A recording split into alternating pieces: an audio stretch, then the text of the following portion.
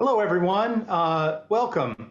My name is William Bailey, and I work in the Georgetown Law Office of Development. I'm currently the director of Georgetown Law's 150th anniversary celebration.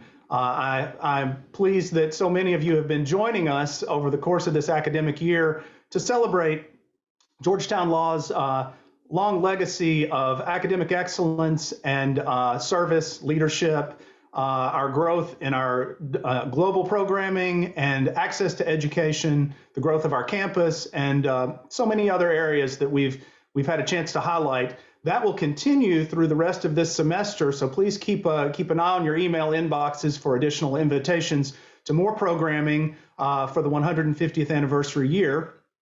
Today, we have the next installment in a series focused on our global arena, the global arena. It's called International Conversations. And I'm grateful and a little bit touched that our friend Marilyn Tucker asked me to host this conversation with her today. Of course, I was delighted to do so. Marilyn, as you know, has had a long history with the Law Center, and I'm going to talk through her bio in a moment. She was a perfect person for this series. The series is focusing on people who have worked with the Law Center for some time, who are really making a major impact in the lives of our students, our alumni, in the case of Marilyn, also faculty and staff.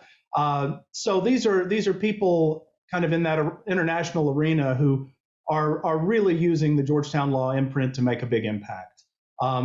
So the overview for today's program, the way this program is designed to work, it's primarily a conversation with Marilyn herself, who will answer questions about her career, about her time with Georgetown Law, and perhaps a little bit of personal stuff too.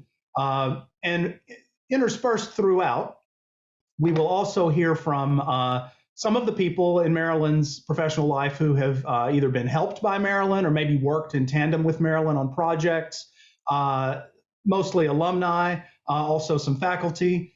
At the end or near the end of the program, we'll have a time for reflections, which will include comments and questions that some of you submitted during the RSVP process. So I want to thank you if you submitted a comment or question. Time permitting, we'll hopefully get through some of those.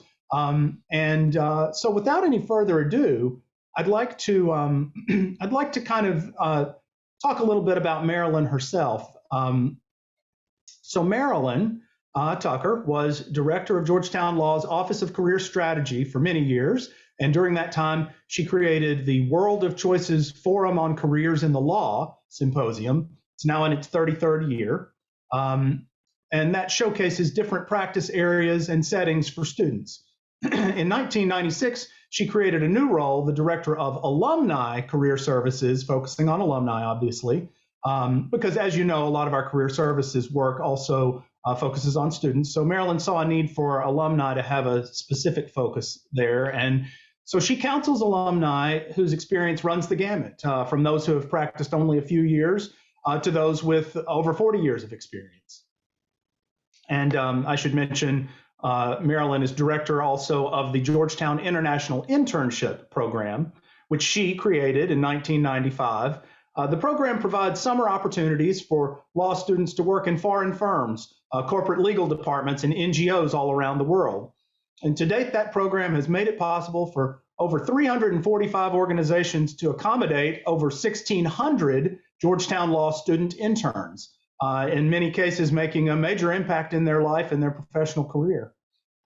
So Marilyn has long had an interest in the concept of retirement, but I will speak for all of us at the Law Center in being glad that she has not moved forward herself on that idea. We're glad she instead chose to write a book. So she decided to bring her passion together about the kind of her interest in the concept of retirement together with her passion and understanding of lawyers and their careers.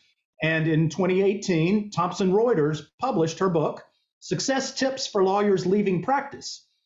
Rewire, Refire, Do Not Retire. Great title, right? So Marilyn also hosted several panels on that subject in Washington, D.C., New York City, and Chicago. Now, I want to talk just briefly about some recognition Marilyn has received. In 1987, Marilyn was recognized by the Black Law Student Association at Georgetown Law for her work advancing diversity.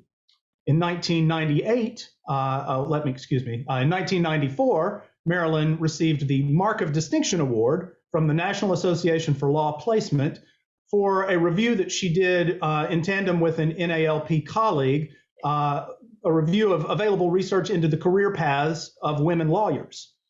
In 1998, the American Bar Association's Law Practice Management section gave Marilyn its Distinguished Writers Award for her article, "Will Women Lawyers Ever Be Happy?" Great question. I certainly hope so. In 2013, she was awarded a very prestigious award within our internal law center community. It's the Carol Quindlen O'Neill Award. And I'll let Marilyn, I'm going to press pause on talking about that because I want Marilyn herself to speak a little bit about that later.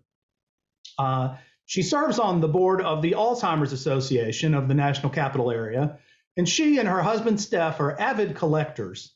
So I just want to touch base with our support staff here to check and see if we're ready to bring Marilyn Tucker on.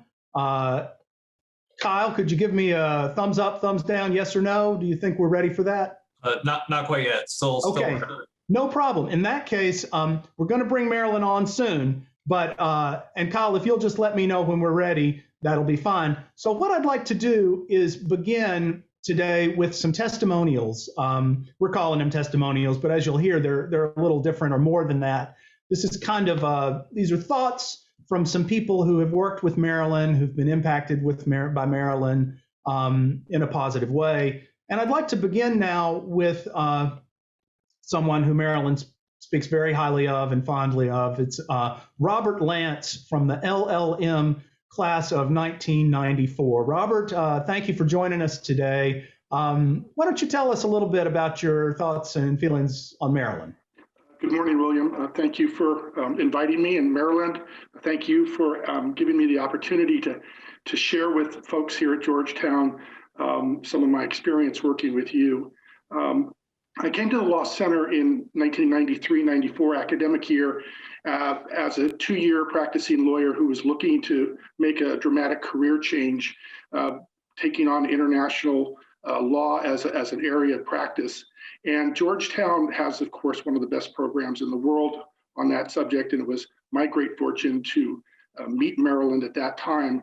And she took an interest in me. And for the last 28 years, we've worked together, become friends in a way that is incredibly just meaningful to me and supportive of my aspirations and connecting me to other alum and people around the world who have enriched my life and brought me opportunities. In the course of my career, I've been fortunate enough to work in DC, London, Sydney, Australia, back here in the States again, work in every continent in the world and in outer space for a couple of satellite companies. And along the way, Marilyn has always been available as a colleague and a mentor, someone who could share connections with me, with other people, and develop an interest in what I was doing and helping me kind of chart my next path in my career. And I think it's really important when you're working through your career to have people like that in your life. And Marilyn certainly did more than anyone else in that part of my career development. Georgetown, of course, has a great alumni network with great people. And Marilyn has served them and served the community at Georgetown so well. And it's been my great privilege to have worked with her throughout the years. I think in addition to that, she's always been someone who wanted to know more about how I was doing as a person, what I was up to outside of my career, and always showed an interest in things that were important to me and helped me kind of take the next step as I progressed throughout my development as a lawyer and as a person. And I think beyond anything else, that's a testament to her humanity and to the things that she brings to the law center. And it's been a wonderful experience working with Marilyn. And as a matter of fact, I still am working with Marilyn because She's never been unavailable. She's always been there. Someone who will take your call no matter where you're calling from or what time of year or wherever you are in the world. And I think that speaks volumes for her as a person. And it's been just an absolutely fabulous experience. And along with Marcia Wiss, who I also met at the Law Center in my early time there, I can't imagine my career having been as fulfilling as it has been without them along with me on that path. Hi, Marilyn. You're on mute at the moment, I think, Marilyn. So, Robert, while we're getting Marilyn on, I just want to say thank you so much for starting us off with that lovely, with that great testimonial. That's kind of really gets to the nuts and bolts of kind of how Marilyn has helped people throughout their, not just students, not just early alumni, but alumni throughout their careers. So, Exactly. Yeah. So thank you for that. And William, can you hear me? I can. We're so delighted to see you, Marilyn. You look great. You sound great. Welcome. And I'm sorry about these technical difficulties. It's not a problem. We had a backup plan. Of course, you know that's only added to my tension and anxiety. Well, that's okay, Marilyn. Just remember you're in front of friends here and surrounded by friends, and we're just delighted to see your face on here. We just had a lovely testimonial from Robert Lance. I heard Robert and I saw You heard it. Robert, and I have to tell you that it's a two-way street. I value his friendship and encouragement to me.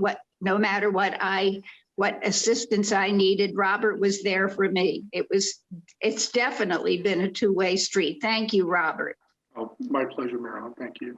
All right. Well, thank you both. And I'm going to now, Marilyn. I did your introduction. So yes, the folks at home. You. Okay, you did. Okay, good. So so with that in mind, I think what I'd like to do, if you're ready, I'm going to dive into our conversation and ask you this first question, which is under the subject of alumni career services. I mentioned in the intro that you kind of had this vision and the idea for the alumni position within career services in 1996. And could you just talk about a little bit about how you pulled that off? What did you do when you had the idea, and how did you make it come to fruition? Well, William, in the office, which was then called the Office of Career Services, we now have a nicer title thanks to Marcia Pennington Shannon and her vision. And it was changed to the Office of Career Strategy. But early on, our role was to counsel students. That's what we were there for. And when alums contacted us, our answer was to say, yes, we're happy to help you if we have time in between students. But given that we're the largest law school in the country, there was no such thing as time available in between students. So knowing that alums were also anxious and at a transition point to receive assistance, I wrote a proposal to Dean Areen about why I thought we needed to have somebody in the role of Director of Alumni Career Services. And this was Dean Judy Areen? Judith Yes, Areen? it was. She puzzled about the idea and was concerned that it would send a message that alumni from Georgetown Law Center were having difficulties finding their next position, and maybe unlike other law schools. That was a concern she had. I'm not ever sure if this is true or apocryphal, but my recollection is that week she attended a law firm reception, and somebody at the reception asked her if Marilyn was still at the law center, and she said yes. And he said, good, she's the best thing that's happened to Georgetown. Luckily, I was able to convince her that we needed somebody to do it, and the rest is history, I guess. Well, Marilyn, thank you for the story. I think maybe I think what folks want to hear is, could you tell us some anecdotes from your time helping Alumni Build Experience and Secure Work, and maybe what are some of your proudest moments from that part of your career that's been such a major focus in your career? Oh boy, that's a tough one, William. There's so many. But just the other day, thinking about talking with you during this conversation, I recalled an alum. I'm not certain what year she graduated, but she was part of an organization that I was very involved with called Women in the Law as a Second Career. And she sent me an email and she said this to me. And if you don't mind, I might read part of it. She said, "Marilyn, you were our seed." And I'm quoting that with my fingers.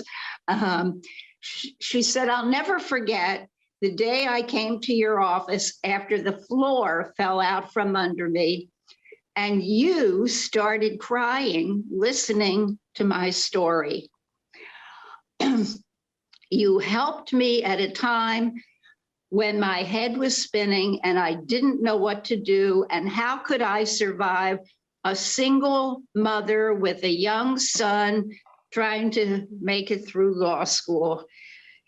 There is not a day that goes by when I forget how you were there for me the entire time through law school. At that moment, you directed me to the financial aid office, Ruth Lambert Reeves, and you were there for me. And the Women in the Law as a Second Career, you were our seed. You've left a legacy that's greater than anyone I can think of. We always bring up your name when there's a Women in the Law event and say how much we care about you, Marilyn. So that's definitely one of my proudest moments. As well, it should be. That's a great metaphor. The seed. I love that seed metaphor is really lovely. I think probably what we should take from that is that story kind of represents the tip of an iceberg for all the many people you've helped on that front. So at this time, I would like to bring on Lynn Baum. Lynn is from the JD class of 1999. And Lynn, would you like to say a couple of words? I would love to. Hi, Marilyn. It's so nice to see you. Well, I'm so excited to share my thoughts and experience with Marilyn. And you're right, it is just the tip of the iceberg. And, echoing some of Robert's comments as well, Marilyn really makes alumni feel connected to the Law Center and the amazing network of Georgetown alumni. Marilyn has a personal and very effective approach to career counseling that makes alumni feel supported throughout their careers. And I think, it's not just when people are troubled, but when they're trying to find happiness in their careers and satisfaction. And to answer, an earlier question you mentioned, Bill, can women be happy in the law? I am. And Marilyn really helped guide me when I was looking for happiness. When I reached out to her, I was contemplating a career transition, and we met in person at her request, which, sometimes feels unusual these days to have a personal face-to-face meeting when everybody's so busy. But she provided excellent advice, and it led me to a very successful career transition. But instead of chalking that up to just another moment of successful career counseling, Marilyn saw that as the beginning of a relationship. And relationships are at the heart of Marilyn's career counseling approach and are one of the reasons she is so effective. She has a network of Georgetown alum that she keeps in touch with. and she refers alumni to them for information about career paths and for introductions. And she does her work with great skill, but also with a warm personal touch. With the passage of time, there's been, since I was there, a new dean. Dean Areen was the dean when I was at the law school. Many of my law professors, my favorite ones actually have advanced on to ever more impressive posts, but Marilyn has been a constant, and having the personal connection with her has helped me not only to feel supported in my career, but also to feel connected to the Law Center. And so thank you, Marilyn. I'm so glad that you're a part of my life, and I'm, thrilled to share some comments here. Yeah, big hug back at you. So you got that hug. Yes, I got it. Thank you, Lynn. Thank you so much, Lynn. We really appreciate you speaking today, and that was lovely. Thank you. Lynn brought up something that I'd like to elaborate on just slightly. William, I'm cognizant of the time. That's fine. Go ahead. In suggesting that one alum reach out to another alum who's in the same practice area or same geographic area, I've been touched at how no matter how busy they are, no matter what's going on in their life and what that court deadline looks like, they've taken the time to reach back out and help that alum. And it's just an incredibly great feeling to see that happening. That's a great testament to the kind of the Georgetown Law community, the greater community of alumni and faculty, staff, even students help each other and help others. And it's really more of a family. And that's absolutely apt and something we should be celebrating in this 150th anniversary year. And thank you for surfacing that. So let's move on to the International Internship Program. Could you share the story of how you created the program and then how it grew? Well, you know what? It's hard to go back and think about how these things got started. But first of all, Georgetown University, then Georgetown Law Center, has always been seen as a premier global institution. And the law school certainly followed suit in that regard. And students often shared with me, and I'm sure with all of my colleagues, that they specifically chose Georgetown over other law schools because of our international internship program. It was a seller for them to go to law school. And given that students come here because of that, many of them are anxious to try out careers abroad. And so it made sense to me to try to start an international internship program where law firms and corporations and NGOs abroad would take on a student for the summer, but it wouldn't be like a US summer associate, and there would be no job at the end of the time, assuming you did well there. And it took off. We started with 7 students that first year. And I should say that all of those students, if my recollection is correct, all of those students went to firms and corporations in Korea. And the reason that it was Korea was because of the help I got from William Kim.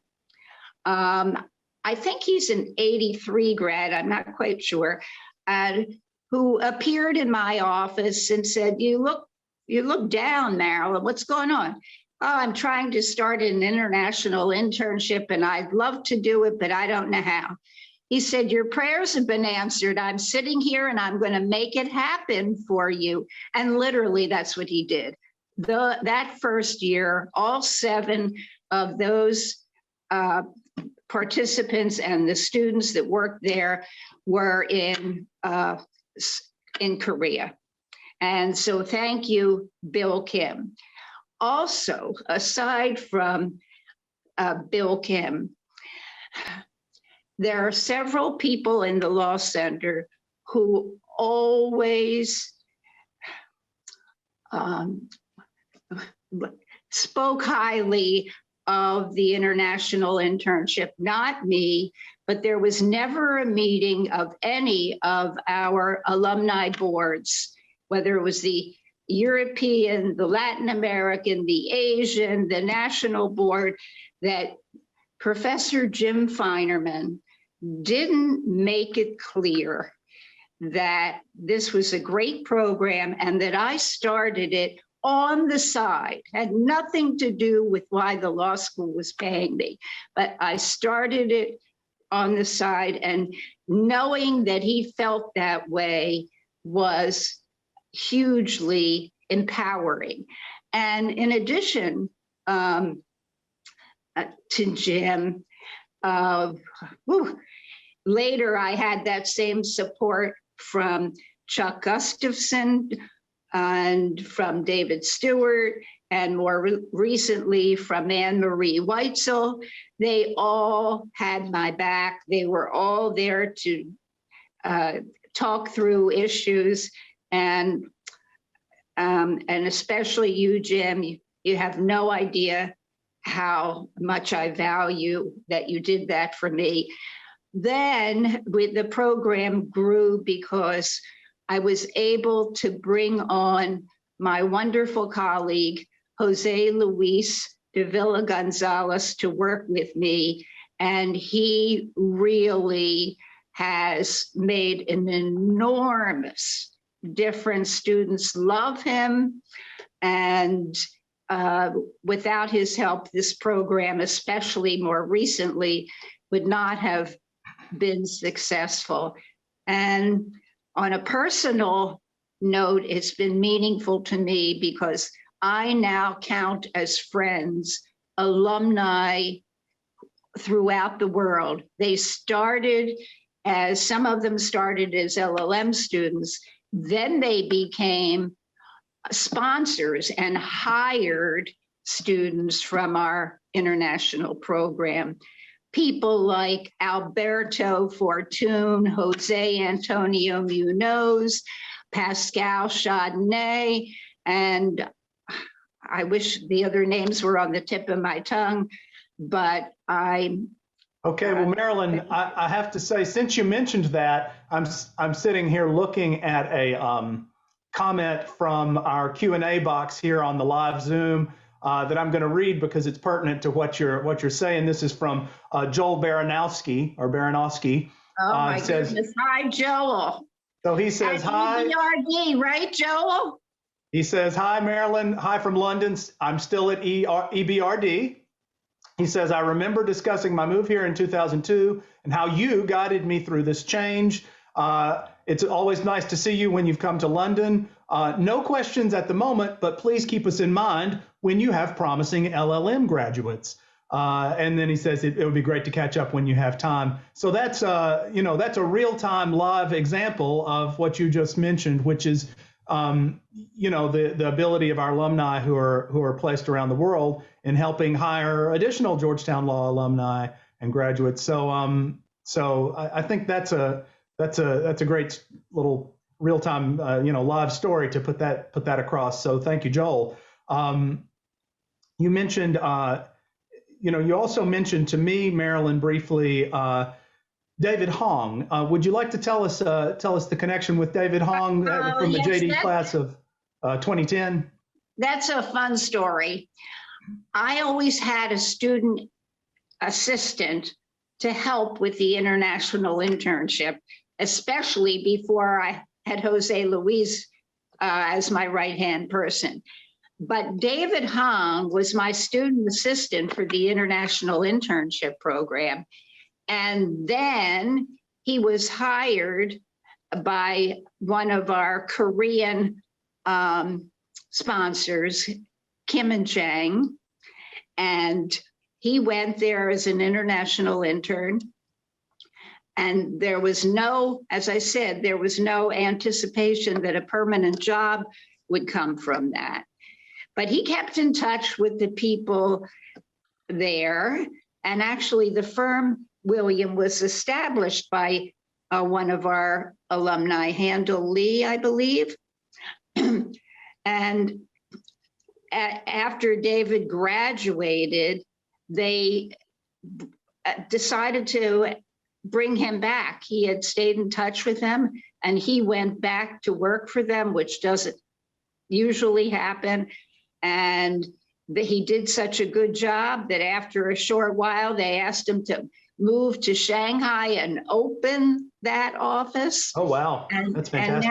And he had, seemed to me, he had just graduated and they asked him to do that. And more recently, I think he's head of business development for Kim and Chang worldwide. That's and amazing. I remember being in London and having a question come up. And while I was in London, I called David and he straightened it out for me. Well, that's great. And, I just want to say I'm pleased to hear you also sharing some recognition with some of our other alumni. Handel Lee, of course, has been a great supporter of the Law Center and our global programming. And you mentioned Bill Kim. Bill is actually L83, I'm told. But, I think it goes without saying these programs wouldn't work without alumni support. And, they've been great partners. And thank you for spreading some of the spotlight to them as well. I want to now, Marilyn, move on to a different kind of arena, or different question, the new initiatives point. So you've been involved from the beginning, from the outset, with several initiatives, programs, student groups, classes that continued on after you helped launch them. In some cases, that were your brainchild. In some cases, it was a group effort. Women's Forum was one of these that you helped with from early on, first held in 1992. Lately, it has occasionally gone university-wide. This year, we had a all-virtual university-wide version of Women's Forum, which was fabulously successful and with attendance figures, through the roof. Also, the student group Women in the Law as a Second Career, and then a program, World of Choices, launched in 1986. Training for students called Turning a Summer Clerkship into a Job Offer. My question to you is, I want to read a brief quote and then I'll toss you the question. The quote is from Professor Emerita Ginger Patterson, Elizabeth Hayes, known as Ginger Patterson. And she says, "I will always associate Marilyn Tucker with the success of the Women's Forum. Her early support and enthusiasm were essential to its longevity." And I think that's it's hard to top that quote. So Marilyn, share with us your thoughts on why some of these concepts have had staying power. How do you and then, like, now that you in some of these cases you've moved on and work in other areas and those programs continue, how do you think and feel about these programs after you've helped launch them into the world and seen their success? Well, I'm going to back up a little and say I'm hoping Ginger is on and can hear me.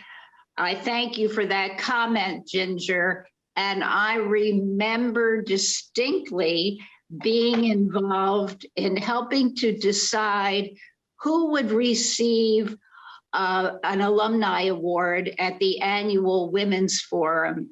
And I proposed that one of the awardees should be Ginger Patterson. And in her quiet, unassuming way, she absolutely tried hard to convince me. She was not a Georgetown alum. She went to another law school. She's not an alum. She shouldn't get the award. And I didn't give up. I was persistent, and she finally accepted that award. But it was It wasn't easy. I believe Ginger, I believe she is on this Zoom with us. If not, she can see the video later, but that sounds like an award very well deserved. So I'm glad that worked out. No question. Well, yes, I was involved early on in the Women's Forum, and it continues today, as you know.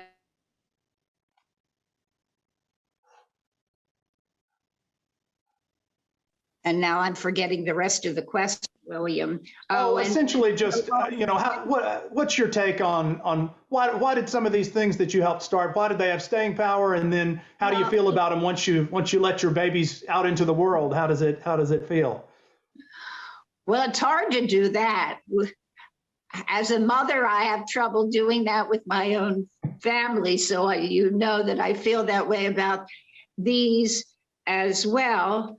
I keep losing track. The staying power.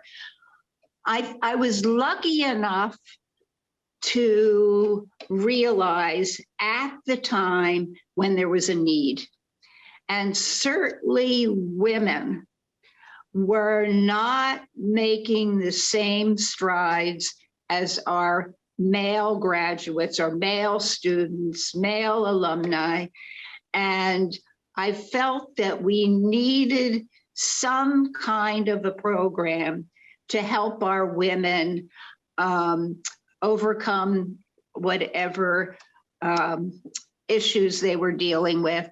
And I think, well, the fact that it still exists today, it's the same need doesn't exist, but still it is a networking event that is unparalleled, really. And people helping people, and that's what it's become. And there was a need for women in the law as a second career. They were older students. They were sitting in class with individuals who were the younger than their own children. And sometimes, and I remember a particular story of one alum, a single mother, who had to bring her daughter to class with her every evening because she had nobody to leave her with. That young student then applied to Georgetown Law School and wrote in her essay why she wanted to go to Georgetown that it would be her second go round because she went with her mother when she was whatever age she was. And that group continues today. And a core of those women get together for holidays, for vacations. I get together with them every Christmas. We have a special brunch with the founding mothers, so to speak, of the women in the law. Well, that's great. Thank you for covering both of those programs, Marilyn. I'm conscious of the time, and I know we have some other folks I want to make sure have a chance to share. So at this time, I'd like to invite Marty Kendrick from the JD class of 1985 to speak with us. Hi, Marty. Welcome for joining us. Hi, William. Thank you. And thank you, Marilyn. Today, it's really my honor to pay tribute to Georgetown University Law Center's leader who has just immeasurably touched and assisted so many alums and so many of us as we've moved forward with making sometimes challenging and difficult career choices and options. I just want to say, I think there's obviously a testament to this already, but Marilyn has been in the trenches just so consistently and always for so many of us. If I were asked initially to describe Marilyn Tucker, the absolute first words that pop into my brain is that she is a genuine guardian angel. As a Catholic on earth, I do not use that term lightly. I honestly believe she and so many of us realize that she lives her life in a way for others and has done that for so many of us in the confidential sense and the trusted advisor sense at so many levels.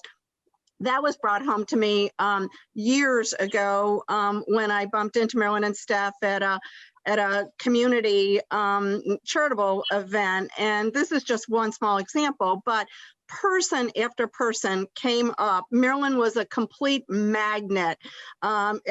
When someone saw her and found her, and her touch and her reach and just the immeasurable kind of interpersonal connection she has with legions of alums is just unmatched and unparalleled. I want to just hone in just very briefly to say, I entered Georgetown Law School in August of 1981. I was a brand new mother with a 3-week-old baby. I knew I was going back to work full time, and I was juggling throughout my law school career, working and going to law school. And I forever, eternally am grateful to Georgetown, both for the incredible excellence of the legal education and the professors, the teachers, and what I gained as a lawyer, as a law student, and in my career. But also the flexibility that was provided through the law school administration at that time for recognizing the particular challenges that the parents who were trying to juggle going to law school and working had. But I would hone in specifically on women as a second career.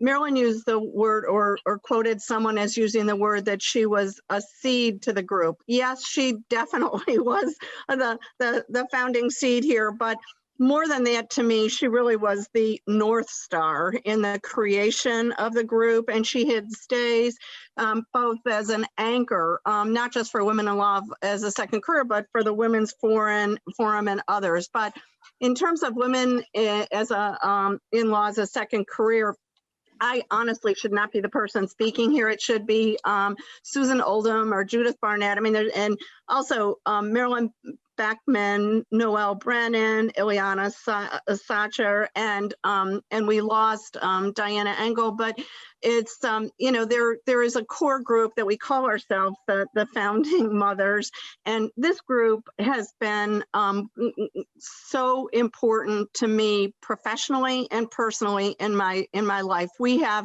for the last well, we've known each other for almost 40 years, but for the last 35 years post-law school, we have gotten together regularly, and we have been there as a group for each other.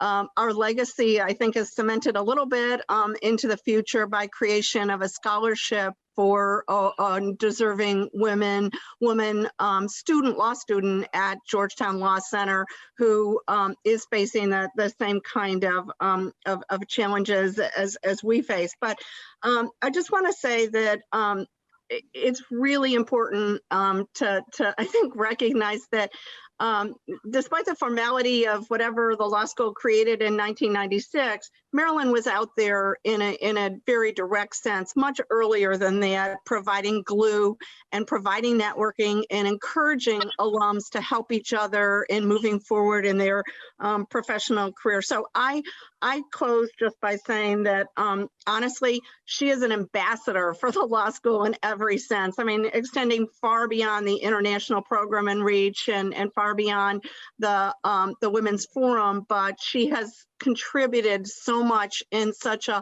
humble, unheralded, and just really genuine way, a true guardian angel of the Law Center. So thank you so much for letting me give a few comments here. I thank you. Thank you. That's another great image. I'm going to Marty. Thank you, Marty. Best. All right.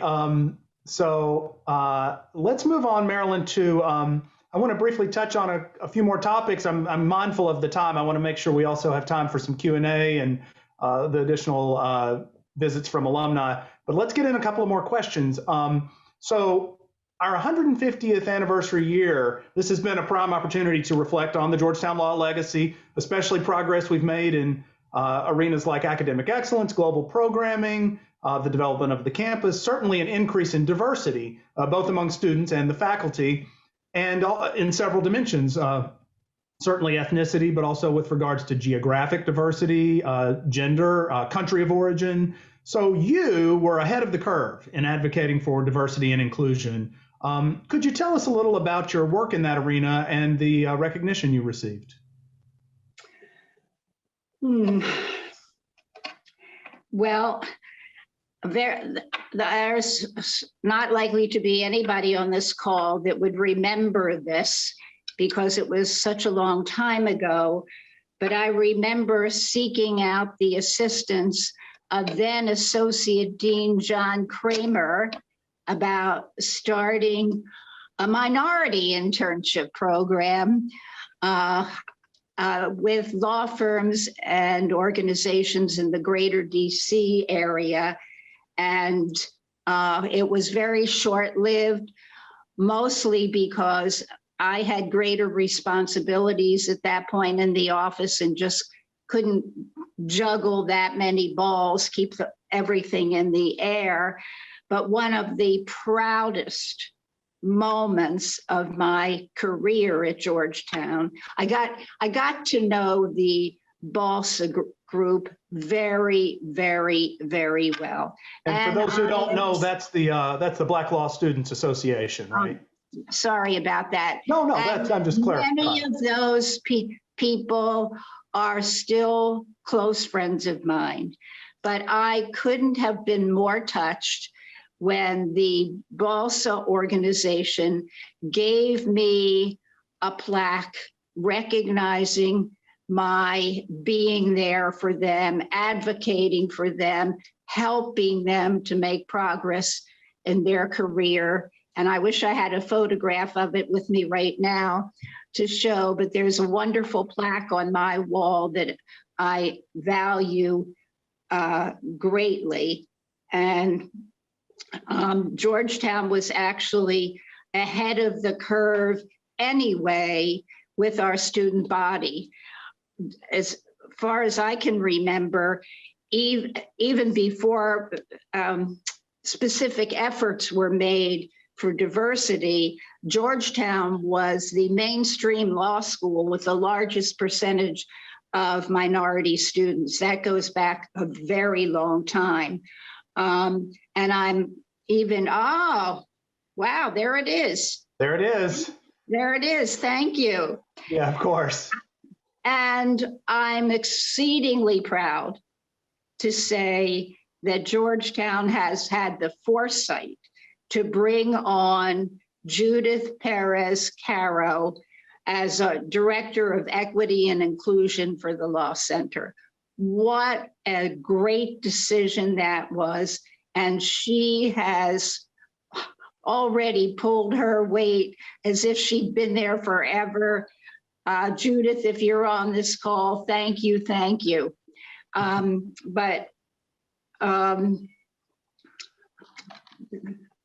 That's enough, I think, right? Well, that's great, Marilyn. And I just wanted to make sure that our viewers, most of whom are alumni, I just wanted to make sure everybody knew that you have been on this on this track for a long time, and we really appreciate that. That's worth celebrating. It's not without thanks. There's another alum who's on the national board who's been very involved with Georgetown, and I will never, ever forget her saying to me, Marilyn, you are the best thing that ever happened to the African-American students. Coming from her, it was very high praise. I suspect she's not on the call, so I'm not going to say her name. Okay. Well, well, with that, let's switch gears a little bit. It's time to bring on our next alumni speaker. This is an alumnus from the JD class of 1998. Andrew Contreras, are you with us? Yes. Hi, Marilyn. Great. Hi, Andrew. Can you feel this hug? I can. Right back at you. Well, very honored to be here today. Marilyn has had an impact on so many people, and to be singled out to participate in an event like this is certainly an honor for me. When I was listening to Marilyn talk about how she urged Dean Areen to create the alumni career services part of programming at the law school, I'm so glad that Dean Areen, took a chance on the program, because it's so important to really have somebody in place who can serve as a mentor to individuals, and in a profession which often can seem to value everybody having to have the answers on their own, and the ability to have somebody who can walk you through your career. And whether that's you're happy where you are, but you want to know how to get to the next level, or whether you want to be able to transition to some other kind of role, having somebody who can really sit there and help to guide you think through the process is just so tremendously valuable. And, and even in terms of the impact on me and how it is that I've pivoted in my own career and focusing on those issues. One thing that's always stuck out to me is that when I have reached out to the many alumni that Marilyn has sent to me and said, reach out to this person, contact this person, every single time that somebody has responded to me, they've done so immediately because they see in the subject line, Marilyn Tucker said I should reach out to you.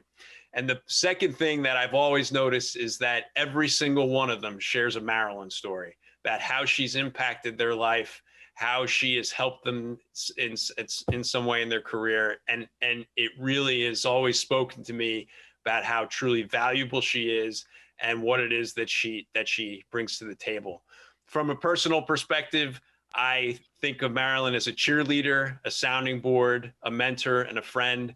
There is no task that's too small that Marilyn will do for me. I can't tell you the number of emails I've gotten on a weekend about Marilyn thinking about me or helping me. And it's just really, I value her in my life personally. And she's somebody that I encourage everybody, if you haven't had the chance to speak to Marilyn, it's worth your time. Well, thank you, Andrew, and right back at you. So thanks again, Andrew. I want to just have a word with everybody for a moment. Obviously, we're coming up on the 11 o'clock Eastern Time hour. That means that if you blocked out 1 hour for this event, you may be needing to leave us soon. If that's okay, I want to say thank you for attending. Obviously, one thing that has become clear in this event is that we could probably go on all day with people telling us their thoughts about Marilyn, and that would be great. We will continue this program even after 11 o'clock. So if you have time and wish to stay around, please do. If you need to leave, we understand. And the last thing I'll mention on that front is this event is being recorded. It will be posted onto Georgetown Law's 150th anniversary website, which you can reach at www.law.georgetown.edu/150. You can look there under the events or the attend programs link and find this to watch any part you may have missed. So we're going to continue, but if you have to leave now, I want to say thank you on behalf of Georgetown Law for joining us. And Marilyn, do you want to say a brief thank you to the folks who need to leave at 11? I just want to repeat what you said, William. Thank you for your wonderful, touching comments. I don't know what else to say. I'm truly touched, and I appreciate your time and being here today. And thank you. Great. So now what we're going to do is hear just in succession from some of the speakers we have lined up. Obviously, this program has stretched a little longer than we anticipated. So I apologize for that. We were having computer problems. There's no apology necessary. Actually, we didn't delay because of you. We went right ahead with Robert Lance. So I'm sorry you had those tech problems, but it really was all fine. What we're seeing is just a lot of folks have a lot to say about you, and that's appropriate and that's great. So at this time, I'd like to bring on our next testimonial person, alumna, who is Chrissy Hill from the JD class of of 02. And Marilyn, just so you'll know, we will circle back and cover some of the topics that we're skipping right now. But Chrissy, will you join us? Oh, there you are. Thank you. Hi, Marilyn. How are you? Hi, Chrissy, all the way from the UK. That's right. Yes, 19th year in the UK, actually, if you can believe that. And you are a big reason why I am here. So I thought that was Brad. Well, you know, that too. But I just, I wanted to say thank you to William and to you for having me. And also just reflect for a moment on the fact that it's International Women's Day on Monday, the 8th of March. And while I was thinking about what I would say about you, I was thinking how appropriate it is for me to be just reflecting and recognizing such an important woman in my life. You've been in my life now for 22 years, Marilyn. And at each step of the way, from that moment when I was a wide-eyed 1L walking into your office to ask about how I do international law, and then suddenly I ended up being your student assistant on the international internship program. Like, I found myself filing letters and typing things. Which is, it was fantastic opportunity. And I actually ended up going on an international internship with the Red Cross. But more importantly, you gave up your class time. Your professors weren't happy with you or me. You spent an entire career or an entire semester or two doing research so that the two of us produced that 50 Years of Women magazine with all the firsts. Chrissy found the first woman to graduate, the first woman admitted, the first woman dean, the first woman to head a clinic, the first woman to be dean of another law school. You're on mute, Marilyn. Never forget that.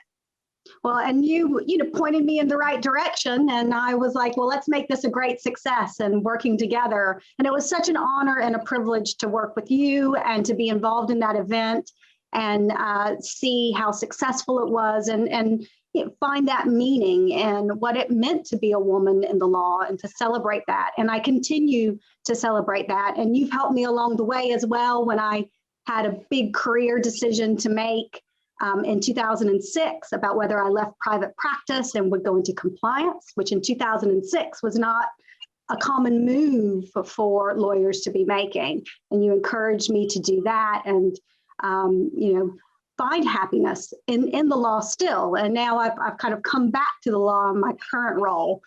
But, again, reflecting on the fact that I've had the opportunity to work with you, to learn from you, to have this wonderful relationship with you that has been so beneficial. So not only celebrating our work on 50 years of Women at the Law Center, I want to, just take a moment to say, I want to celebrate you as a woman, a friend, a boss, a mentor, a confidant for the last 22 years and how meaningful that has been. And look, 22 more years, I'm looking forward to those as well. Big hugs to you, Chrissy.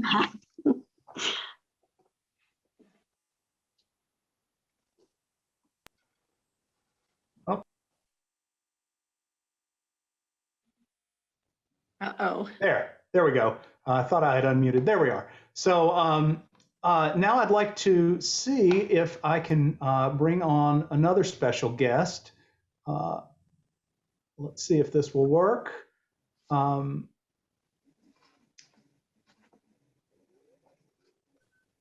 There we go.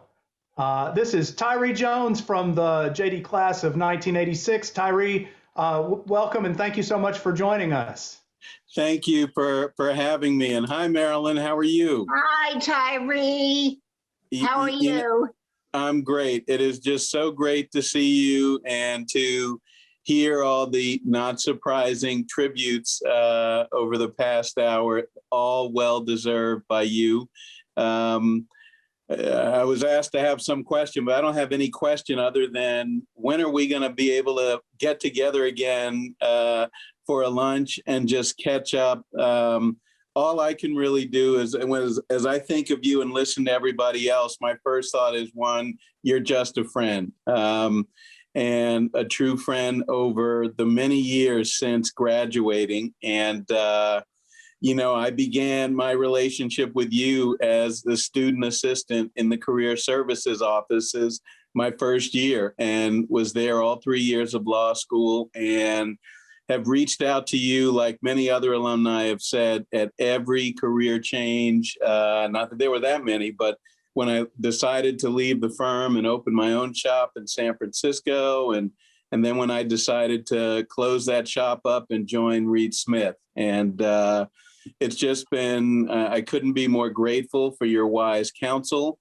And it was truly a treat to be together in London year before last for that conference, and to lead the diversity and inclusion panel with just such a great group of alumni. And of course, now as chair of the Law Center Affairs Committee for the board of the university, I'm just so thrilled to see you receiving your flowers now, as you should, for all you've done for everyone.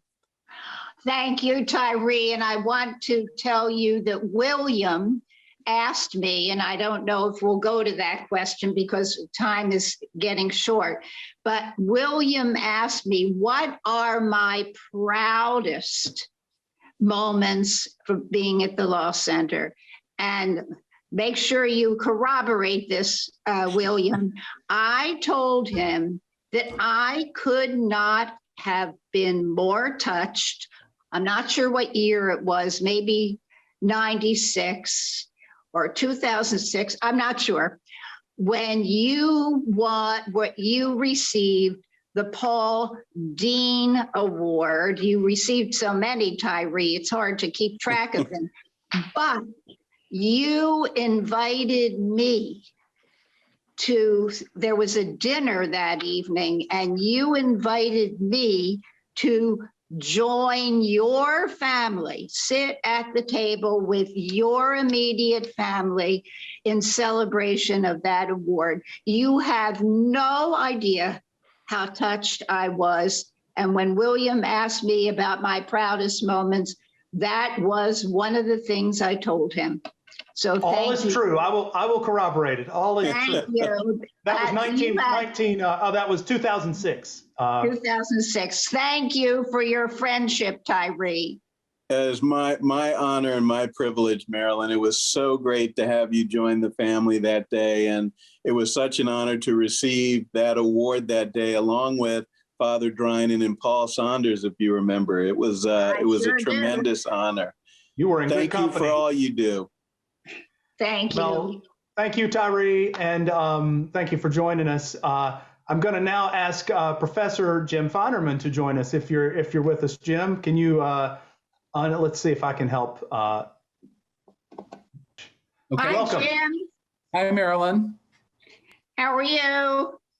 Well, you simultaneously made me blush and almost cry when you recognized me, I think a bit overgenerously for being involved in the creation of the International Internship Program. It didn't even begin to be overgenerous. Do you realize how many times you made it your business to be at an event to let people know that I started this program, I'm the reason it's there? You never lost confidence in me. And there were times when I almost gave up on the program, but knowing how you felt was a huge motivator.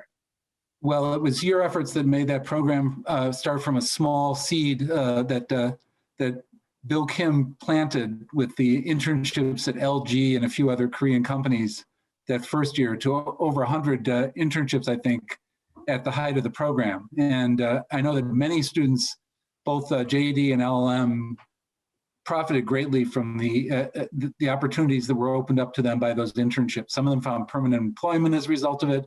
Others, it made a big difference to their career and the track that they took afterwards. I can't thank you enough, and I think the Law Center owes you a great debt. Putting aside the fact that this was not your day job. In fact, one could write a Many Hats of Marilyn Tucker article about all the things you've done over the course of your single employment as someone working in the Office of Career Strategies, Career Services earlier. You took on all these other additional assignments, and you made, from tiny acorns, great oaks grow.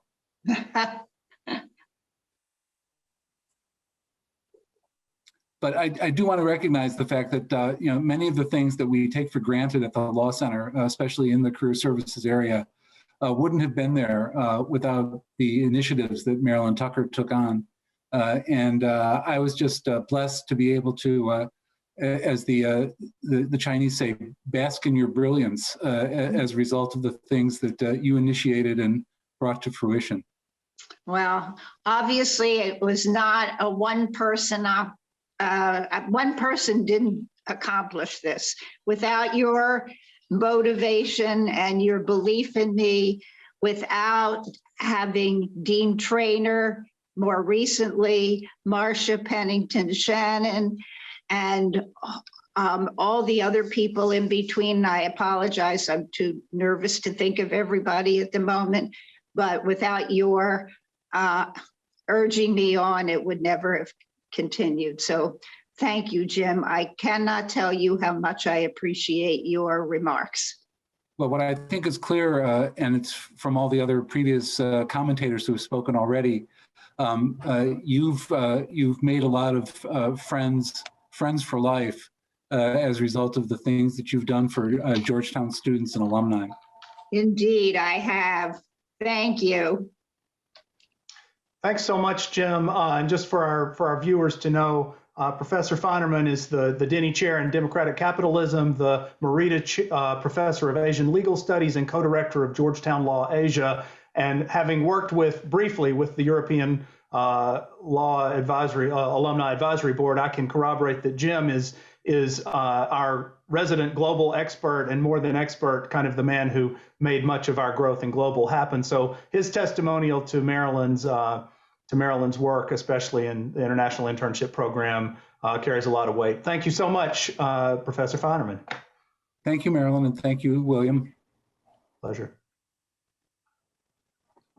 So now I would like to invite another special guest, Jess Morrison. Jess, could you please join us? Could you please show video and unmute? Welcome. Hello, how are you? Hi, Marilyn. Hi, Jess.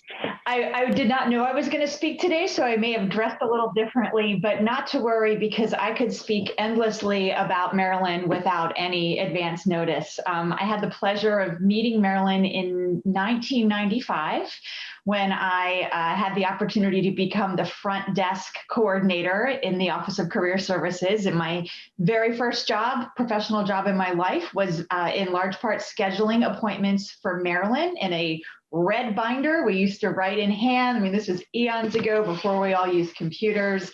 And I am, like a lot of other alums, proud to say that first and foremost, I consider Marilyn my friend of 25 years now, starting from when I was a baby professional. And then a few years later, I decided to go to the evening program at the Law Center and worked in career services by day and went to law school at night. Marilyn was a steadfast supporter, a cheerleader, a champion, and has been instrumental in my career. Helped me get my judicial clerkship, provided me invaluable coaching as I selected my first law firm job, has been there for me unhesitatingly over the last now 20 years since I graduated with career advice when I was thinking about changing roles, et cetera. So it's been an amazing journey. I can say without hesitation, you have been pivotal in my legal career, Marilyn. Absolutely. Thank you, Jess. And in thinking about this program, one of my distinct memories is back when the International Internship was in its very early days. and I worked in career services then, and I can vividly picture the rolling file card with all the resumes in it, and Marilyn spreading those resumes all over the office and poring over every single one and individually matching people with the most appropriate, potential international internship opportunity. And it was a serious labor and a labor of love. You poured so much of yourself into that, and obviously it has been instrumental in so many people's careers. And I just thank you on behalf of myself, and I know so many other alums out there, for being there for us unhesitatingly. And thank you, Jess, for being my close friend today, and have been since I first met you. So thank you for your kind words. Congratulations, Marilyn. Thank you for joining us, Jess. And I'm sorry I didn't mention earlier, I think you're from the JD class of 2001. Is that right? That's right. Okay, great. Thank you so much. Thank you. And so, Marilyn, I would like to circle back to something you briefly mentioned, which was the question of, so I feel like we've covered 50 a lot years of ground. What's that? A lot of ground. A lot of ground. We did manage to cover through Chrissy, we talked about the 50 Years of Women at the Law Center program. I'd like to circle back to proudest moment. You mentioned, of course, Tyree's generous invitation to sit with him and his family. There are a couple of other real highlights that I want folks to hear about. Could you tell us about some of your proudest moments? Well, that was definitely one of them. And I don't think he had any idea what his asking me to sit with his immediate family, what it meant to me. I couldn't have been more touched.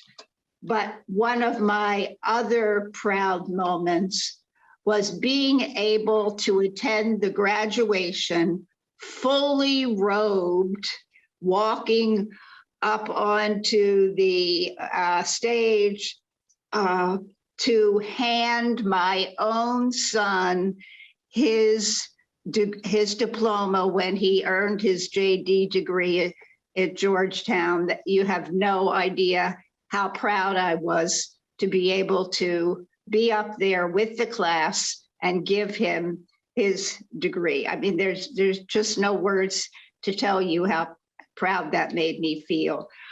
Then you alluded to this, to everything else I'm going to say, so I'm going to be quick. When Marcia Shannon came into my office and told me that I was going to receive the Carol O'Neill Award, I literally was, I was shocked. I didn't believe it, but that is clearly a highlight of my career. Absolutely. Anytime somebody asks me about highlights, I mention that. I knew Carol O'Neill.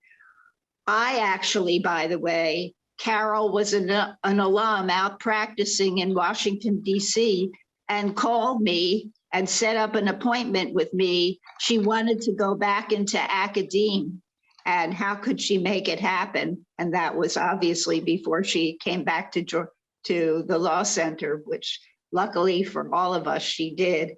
And another proud moment, and again, I want to give a shout out to Marcia. I've always been interested in the topic of retirement, and I wanted to do this book, and Marcia pointed me in the right direction of the people she knew at Thomson Reuters. And I did. This is Marcia Shannon, right? Marcia Pennington Shannon. I don't think it took more than mentioning her name. I'm not sure they even read the manuscript. It was her name that made a huge difference. But I thank you, Marcia, for that. And I'm very proud of the book. And I loved doing the program in New York. Thank you, Michael Considine. And in Chicago, Jose Izazi. Where else do we do it? In DC? Well, that was at the Law Center. But I enjoyed those programs tremendously. All right. Well, thank you for sharing those proud moments, Marilyn. We're getting near to the end of this, our time. So I want to bring on a special guest that you're not expecting. I hope it won't surprise you too much, but I wanted to hear from Jose Luis. Jose Luis, you were mentioned earlier. I don't know if you were with us when you were mentioned earlier, but Jose Luis Davila Gonzalez works with Marilyn, and take it away. Let us know your thoughts, Jose Luis. William, thank you so much for this opportunity. Marilyn, it's an honor to be here. I wasn't expecting to speak, but thank you, William, for the opportunity. I actually was not able to hear the first part of the program because I was coaching a student, but right away I jumped in and I was just touched by all the words from everybody who has expressed their love to you. And this is my turn just to say the same. I met you 16 years ago when you were part of the people who were interviewing me. And I remember one of the first things that you asked me when you saw on my resume that I taught chess to elementary school kids. And you said, if you know how to play chess and you are generous enough to teach kids who are in these circumstances in these schools, I think you should get this job. And throughout the 16 years working with you, Marilyn, you have been my big cheerleader when you first asked me to work with you in the international internship program. And after that, obviously, so many other doors open. So I just wanted to be one more person here to say that you have such a wonderful heart and you go above everything to help everybody. And no wonder why everybody who comes to the office and asks for you, it's such a privilege for me to work now with you for 16 years. So thank you so much for always being that lighthouse in my career. I can't thank you enough. Muchas gracias, mi amigo. And thank you for teaching me that tiny bit of Spanish. I'm sorry you missed my comments before, but it's been great working with you. Thank you. Thank you, Marilyn. And thank you, William, for giving me the opportunity to. Of course. Sorry for the late notice, but we're really glad you could join us. When I saw you were in the among our attendees after Marilyn had given you a shout out, I just thought it would be a nice connection to make if possible. So thank you so much. Yeah, of course. Thank you. Now, Marilyn, I just want to I want to take a second. We're about to close this program, but I wanted to just take a second to let you know that a few folks wrote in with questions, which I will share with you later because obviously we didn't have time to get to a lot of the questions. Also, some lovely comments, which I will also share with you. The last thing I want to do, Marilyn, is I want to look at, so Kate Nealon, who's been a great supporter for so long and also is on our European Law, ELAB, our European Law Alumni Advisory Board, college class of 75, law class of 78.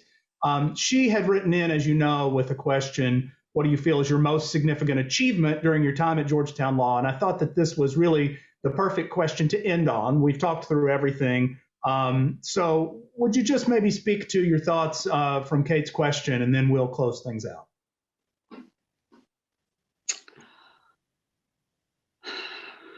I'm not sure I can differentiate my most significant achievements from my proudest moments.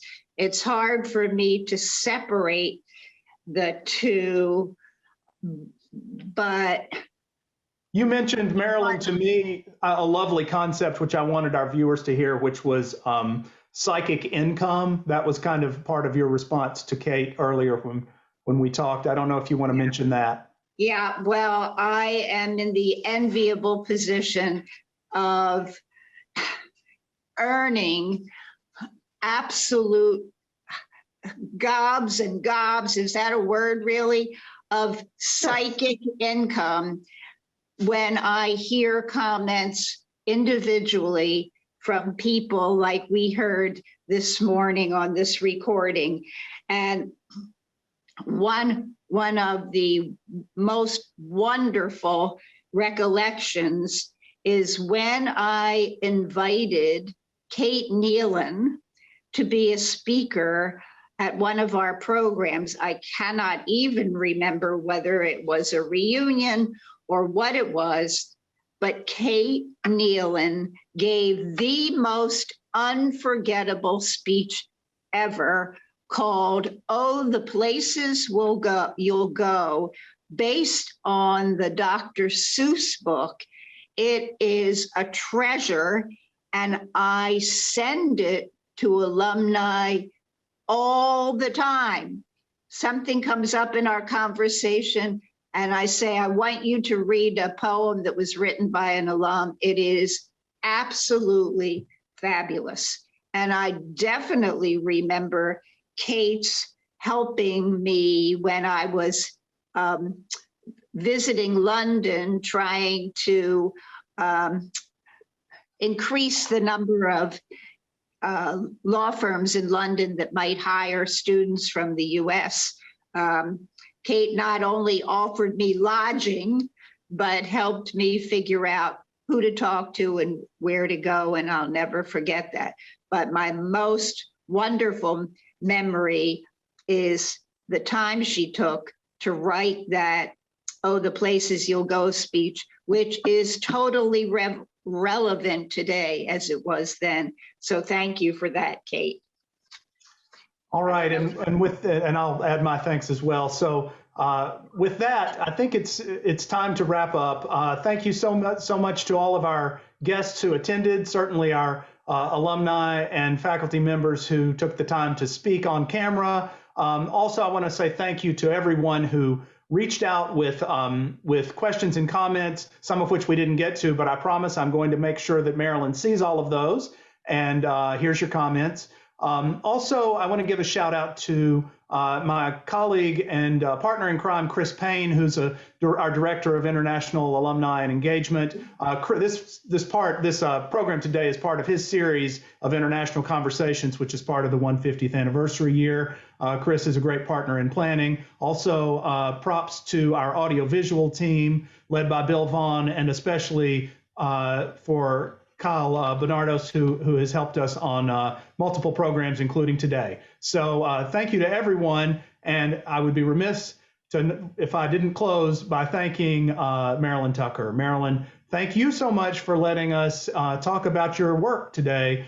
Certainly this was a love fest, and a lot of people had a lot of nice things to say about you, but also I think it was clear and came across the important work you've done and how much of a positive impact it's made in people's lives. And that's really where we tie into the 150th anniversary theme of service and leadership. And you certainly exemplify that. So thank you, Marilyn Tucker. And we look forward to having your contributions. Thank you, William and Chris. And thank you to everyone who spoke, and to those of you who have been there for me who didn't speak, many of whom I know or have been on this call. You have no idea how important you've been in my life and in my career. So thank you all. And with that, we'll call it a wrap. Thank you all so much for joining. Thank you, Marilyn, and happy 150th anniversary to us all.